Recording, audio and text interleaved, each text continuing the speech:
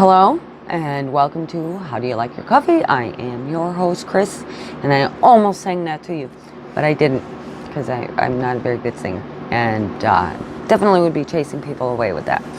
Anyways, I just finished my final term in school, but that's not why I'm here. I'm not going to sit here and bore you with those details. I am, however, here because I took an interesting course in the last term, very interesting course actually, and I actually wound up, I said actually like a lot, didn't I? Yes, I did. Let's try it again. I am here to tell you about a course that I took called Metaliteracy in a Post-Truth World. Now, I wound up taking this course by accident. I needed another course to make sure I had enough credits to graduate and everything. I was 1 credit away. This is a 4-credit course. So I decided to take it because it sounded rather interesting. And while I'm taking it, and I'm thinking more and more, I felt that it was one of the most important courses that I have taken throughout, as far as wanting to communicate with humans and wanting to communicate. I mean, it even is helpful for this channel because it helps us to think critically about what we are reading, what we give out as information. It's like giving and receiving. Sometimes we can be misled or we can be misleading.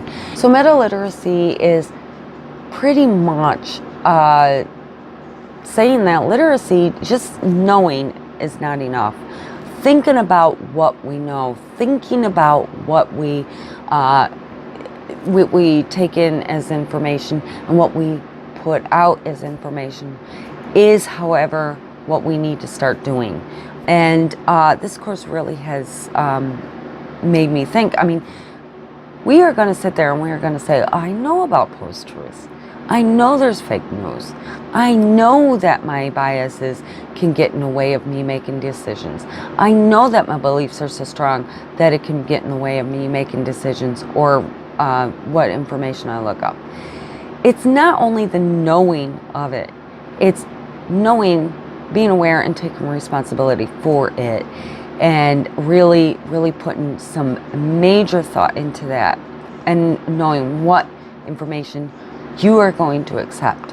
I know that if you watch my last video, I did a video on confirmation bias. That was part of a project in the MOOC, which means, let me get it right, Massive Open Online Course.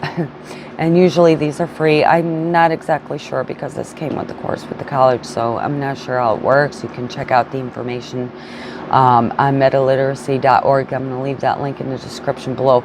All the links you need, all the information you need is pretty much in that on that website. There's also a YouTube channel. Now, the reason I'm not going to get into too much of it is because it's something you really should check out yourself. It's something that you're going to decide what something like this can do for you if you are interested. Because if I get into it, it's going to be just ramble on, and you're just going to kind of shut me out or whatever because I'm going into it too much. But so I'm not going to. I'm going to let you do that and let you decide and stuff like that.